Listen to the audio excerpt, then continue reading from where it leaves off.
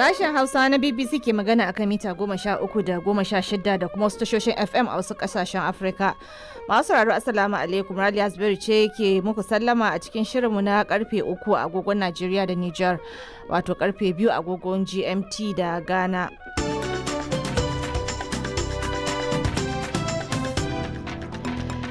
To a cikin shirin za ku ji cewa Isra'ila ta sanar da wani shirin faɗaɗa matsugunan Yahudawa a yankin yammacin kogin Jordan da ta mamaye.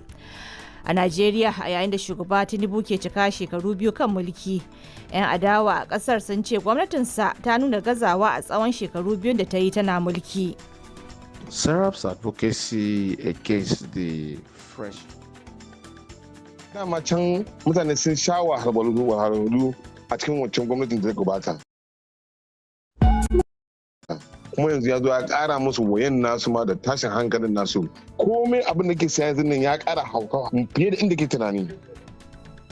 A jamhuriyar Kamaru, masu sharhi kan al'amuran yau da kullun ne suka fara tsokaci kan gargaɗin da tarayyar Turai ta yi game da zaben shugaban ƙasar da za a yi a bana.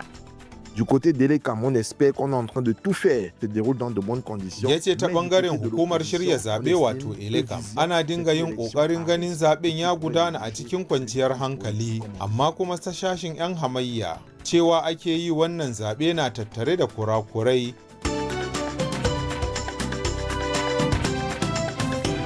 Za mu kuma je kasar Afirka ta Kudu inda kotu ta yanke wata mahaifiya hukuncin ɗaurin rai da rai bayan ta same ta da laifin sayar da yarta a shekara 6.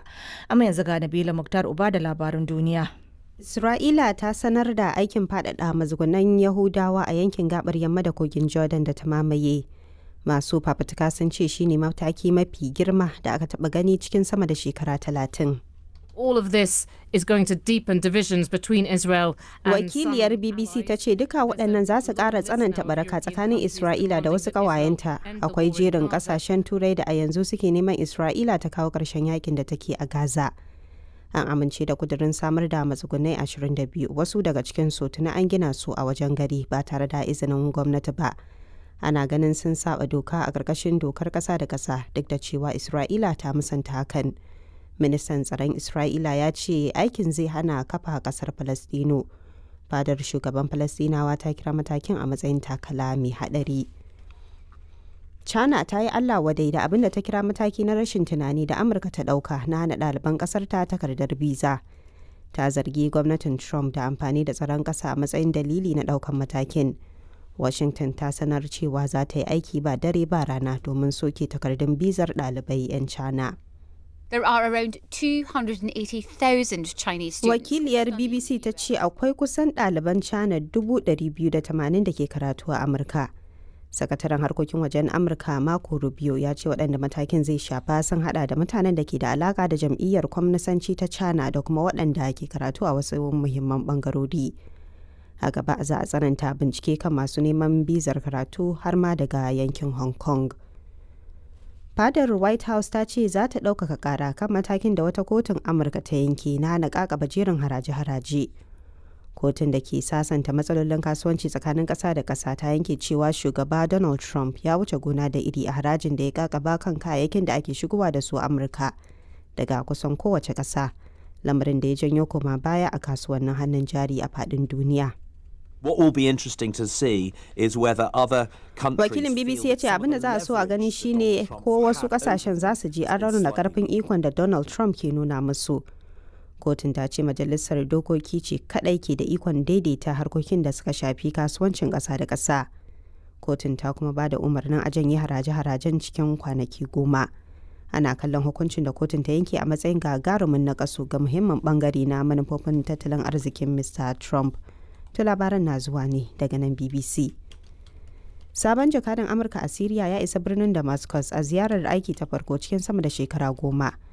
Thomas Barak ya isa gidan jakadan Amurka da ke Damascus.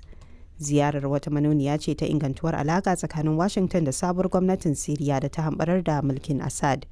A farkon watan nan ne shugaba Donald Trump ya sanar cewa zai janye takunkuman da kasarsa ta kakaba wa Siriya domin taimaka mata ta sake gina kanta bayan shafe shekaru ana yakin basasa a kasar. Trump ya kuma yi 'yar takaitacciyar ganawa da takwaransa na Siriya Ahmed al-Shara. Jami'an lafiya a Sudan sun ce barkewar cutar amai da gudawa a Khartoum babban birnin kasar ta yi sanadin mutuwar mutum 70 a tsokin kwanaki biyu. An samu karuwar kamuwa da cutar bayan da dakarun RSF suka kaddamar da hare-haren jirage marasa matuƙa da suka yi sanadiyar katsewar ruwa da wuta a sassa da dama na birnin.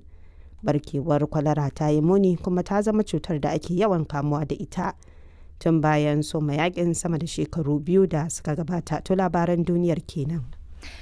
Ta madalla a gaida Nabila Muktar Uba wadda ta karanto muna labaran duniya daga nan sashen Hausa na BBC, da fatan kuma za a yi mana afuwa game da kutsen da wani rahoto ya yi a farkon shirin.